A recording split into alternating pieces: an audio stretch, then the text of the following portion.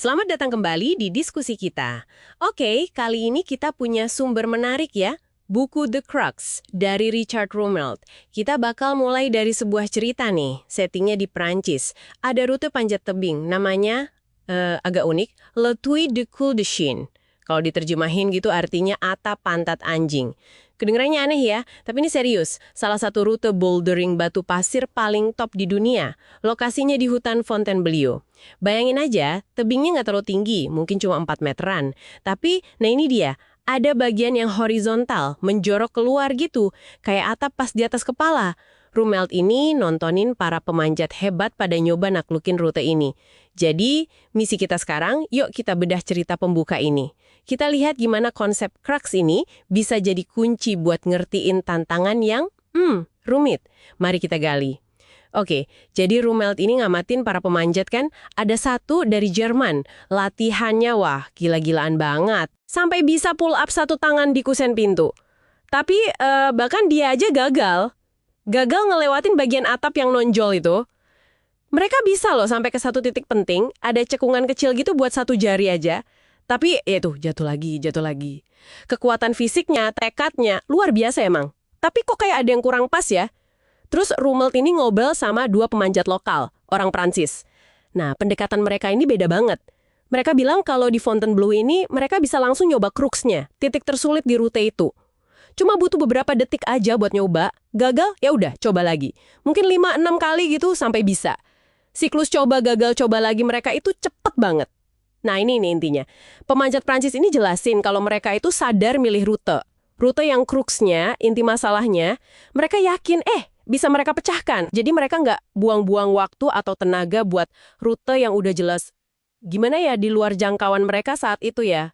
Pencerahan banget ini buat Rumelt. Betul. Dan pencerahan itu, ya itu jantung dari bukunya Rumelt. Orang atau organisasi yang efektif, itu nggak cuma ngelihat masalah gede gitu aja, mereka fokusnya ke crux, satu atau dua titik paling kritis dalam masalah yang ruwet itu, yang, nah ini kuncinya, paling penting sekaligus bisa diatasin. Addressable. Dengan apa? Ya dengan sumber daya, dengan kemampuan yang mereka punya saat ini. Perhatiin deh, ada dua aspek penting di situ. Penting dan juga bisa diatasin. Banyak yang kejebak kan? Ada yang fokus ke masalah yang penting banget tapi lupa nanya, ini realistis nggak sih buat kita selesain sekarang? Atau sebaliknya, sibuk ngeberesin masalah kecil yang gampang tapi ya dampaknya nggak kemana-mana. Ngabaikan crux yang asli atau salah nentuin mana cruxnya. Itu resep gagal. Oke. Fokus ke yang bisa diatasi itu kedengeran pragmatis ya, masuk akal. Tapi nggak ada resikonya tuh. Maksudnya apa kita jadi cenderung menghindarin tantangan gede yang beneran penting, cuma karena rasanya susah atau nggak bisa diatasi sekarang? Batasnya di mana antara fokus cerdas sama ya kurang ambisius gitu? Nah, itu pertanyaan bagus banget. Krusial malah. Konsep crux ini bukan berarti kita jadi kecil ambisinya atau lari dari masalah besar. Bukan itu. Ini lebih soal urutan, soal pengungkit.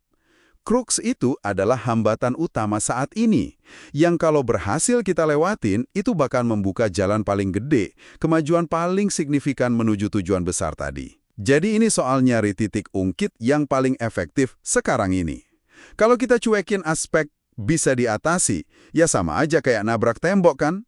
Tapi kalau cuma fokus ke yang bisa diatasi tanpa mikirin pentingnya, ya kita cuma sibuk muter-muter aja nggak maju secara strategis. Ini perlu judgement, penilaian dinamis. Contohnya kayak Netflix deh, yang ada di sumber Anda itu. Awalnya mereka fokus ke crux apa? Logistik pengiriman DVD. Itu yang bisa mereka atasi dulu. Baru setelah itu mereka bisa hadapi tantangan streaming yang jauh lebih gede. Oke. Jadi gitu ya. Ini mengubah cara kita lihat strategi berarti, bukan cuma soal nentuin tujuan akhir yang wah gitu ya, tapi lebih ke kemampuan diagnosis yang tajam. Oke, di tengah semua keruwetan ini, apa sih satu hal inti yang kalau kita taklukkan sekarang bakal ngasih kemajuan paling besar?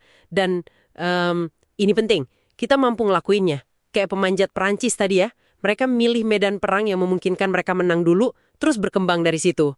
Tepat sekali. Dan ini relevan banget buat Anda yang dengerin.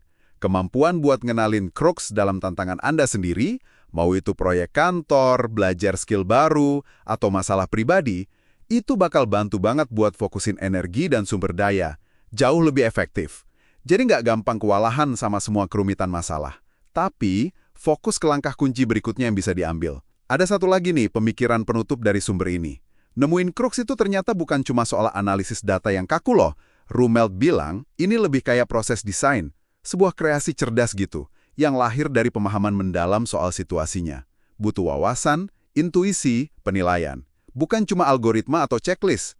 Nah, pertanyaan buat Anda bawa pulang nih. Dalam tantangan utama yang lagi Anda hadapi sekarang, coba deh pikirin, apa sih yang paling kerasa kayak crux-nya?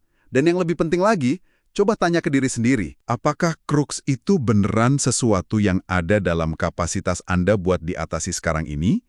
Coba direnungkan ya.